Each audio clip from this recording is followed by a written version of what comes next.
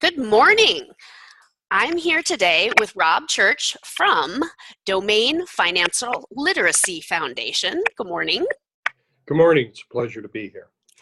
And we are going to cover what we call our mission in a minute.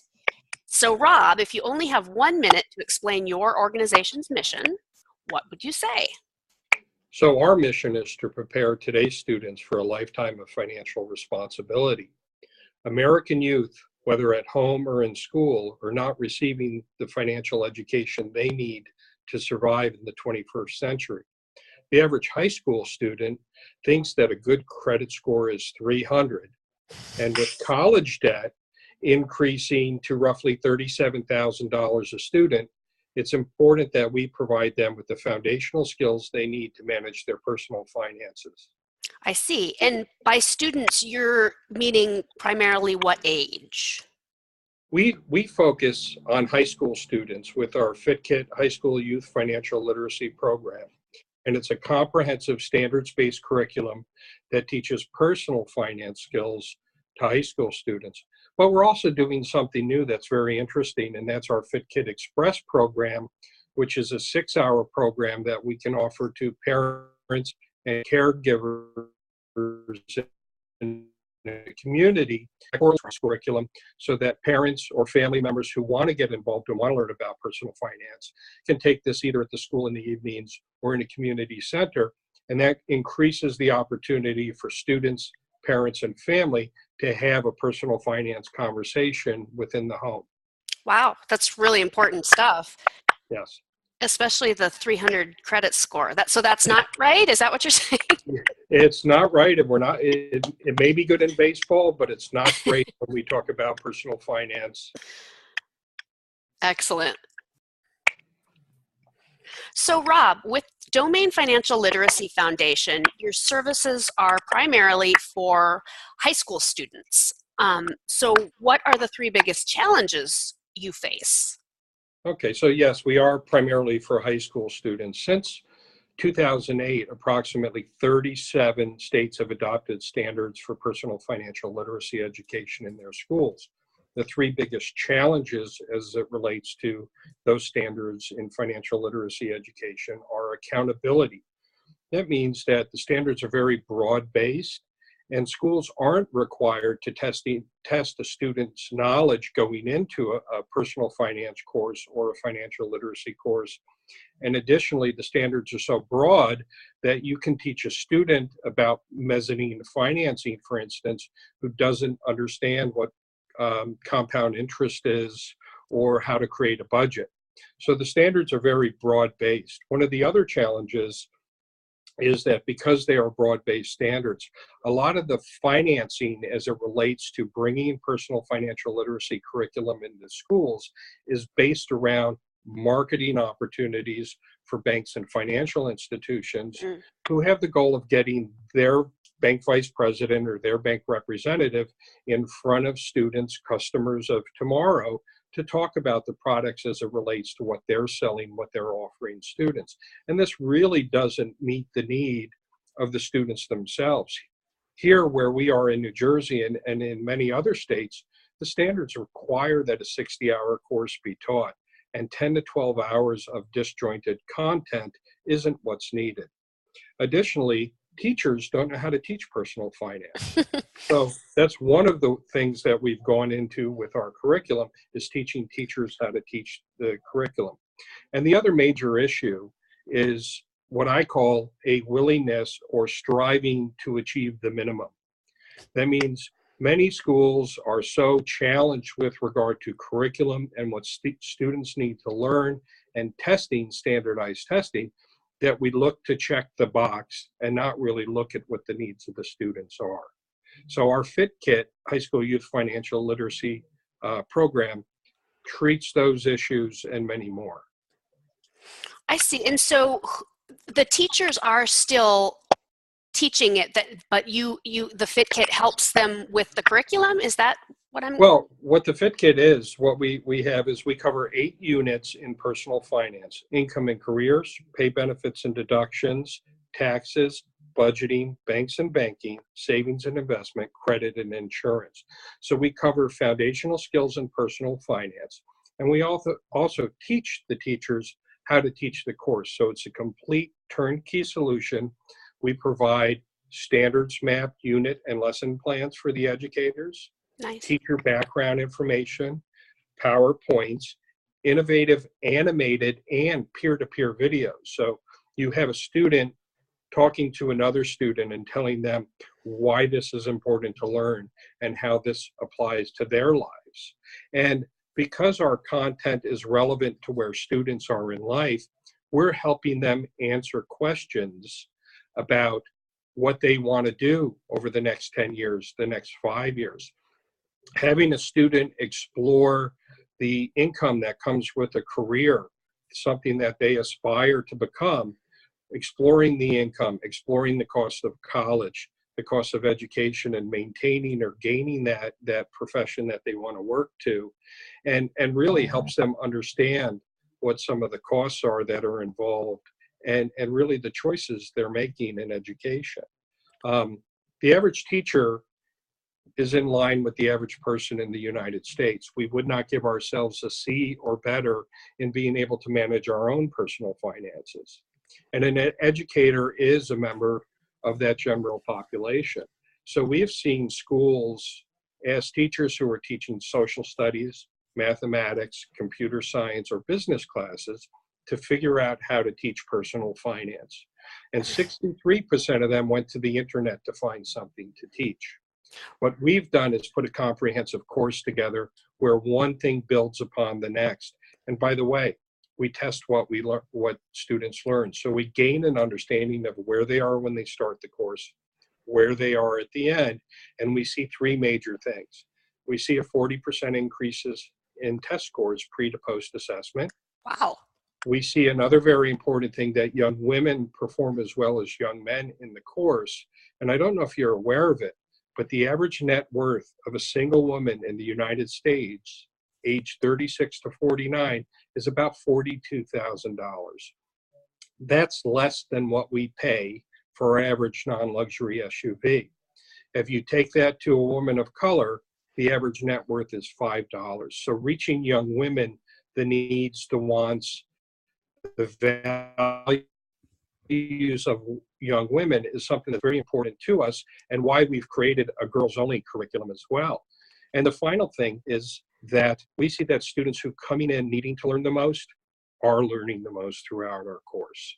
And attitudes related to learning about personal finance have increased from 19% to 91% when the course is finished, which is amazing. Big jump, huge jump. So not only are you benefiting, obviously, the students who are learning financial literacy, but you're benefiting the teachers because they're not just learning how to teach it, but they're actually learning possibly how to apply that to their own life. Absolutely. And to provide the unit mapped, or the standards mapped unit plans and lesson plans, and the PowerPoints and all the background and the pre and post assessment, as well as unit testing and study guides, we're providing the information for them. So it's turnkey. It's not another thing added to their list of millions of things that they have to do. Exactly. And I'm an educator as well. And having to learn something else and try to teach that is a very, very time-consuming and difficult process. And by providing these opportunities for them, we're just trying to make it a little easier, but we're also providing them with content that's world-class. And we've seen in some of the districts where we've implemented, we've seen a raise in need for the course or in request for the course go from 2% of the student population the first time we offer it to more than 20% of the student population the next time it's offered. I asked my local high school principal, I said, do you have any course in your school that's an elective that you have 20% of your students asking to take the course? And he couldn't think of anything. He said, well, maybe band. I was going to say bowling. Yeah, but for this to be personal finance where you're seeing that growth, it demonstrates that students recognize the importance of that in their lives. And the fact that our foundation is run primarily by millennial volunteers who are working to do our graphic designs, they're doing grant writing, they're involved in templating and building the content, creating the books with the design of the books and all of that. This is one of our books. This is all designed by young people, by millennials who believe in personal finance education and are supporting it with their time. Right. And so then they're actually speaking the students' language. Absolutely. Right. That's really effective also. And you touched on just briefly before about how you said a lot of times financial institutions in an area are trying to basically get in front of teachers and students to get their message across. Is there some sort of capacity for like co-branding or something like that with your FitKits? Well, absolutely. Every bank or financial institution that serves the community has a responsibility under law, under the Community Reinvestment Act, to give back to those communities.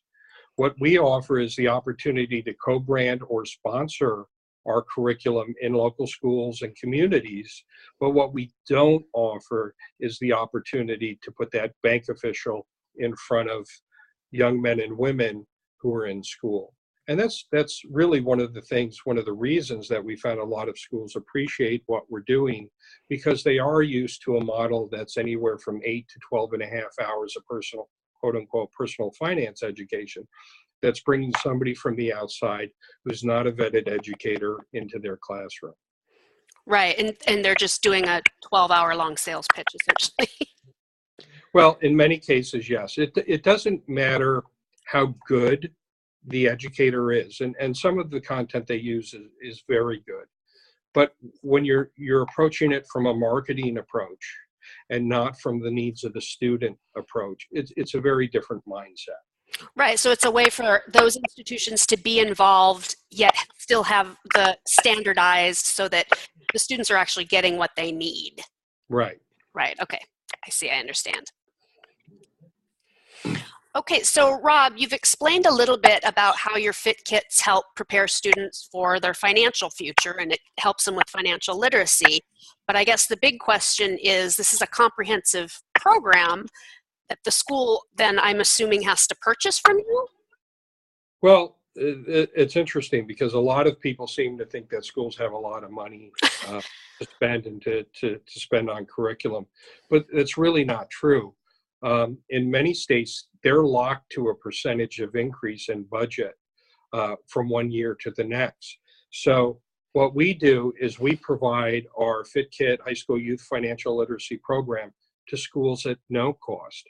So our greatest needs in being able to provide this to local school districts, especially those in impoverished communities, are funders, people who will provide financial support to our organization.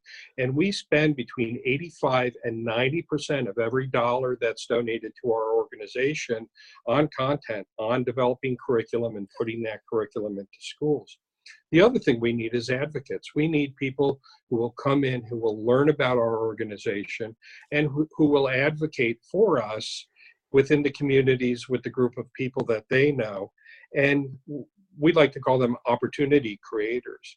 So maybe you don't have an interest in personal finance or supporting personal finance, but you know somebody who does.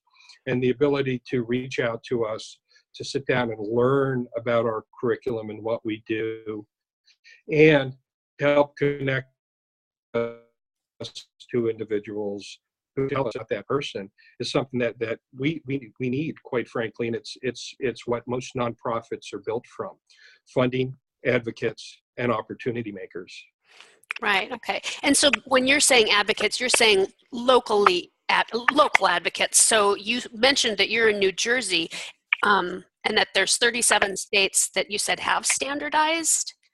There are 37 states that have adopted standards for personal finance in the United States. 17 of those states require that a course be offered, but only 7 of those states actually require that a course be taken, and you track that course, you track what's being learned. So we are based in the Princeton, New Jersey area, but we are really a national organization. Right, okay. So we're involved in implementing curriculum in Pennsylvania as well as New York, and we have requests from as far away as California. Which is why those local advocates are going to be just that much more critical. Absolutely. Somebody that's there that knows that community's specific ins and outs and things like that. Yes. I see, that makes sense. So Rob, the DoughMain Financial Literacy Foundation, if you have, say, one takeaway or one thing that you'd like our audience to take away from this conversation, what would it be?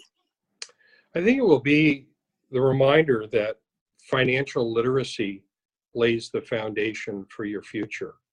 As parents, as community members, as young men and women, the decisions that we make about managing our personal finances are some of the most important decisions that we will make in our lives, and they will affect virtually every part of our lives, from family to community. So if I had the one takeaway, it would be that financial literacy lays the foundation to your future and build a strong foundation. Excellent. Well, thank you so much. Again, this has been Rob Church with DoughMain Financial Literacy Foundation, and his website and information will be after the video. So stay tuned if you'd like to contact and become hopefully a local advocate for his organization. Thank you. Have a good afternoon. It's a pleasure.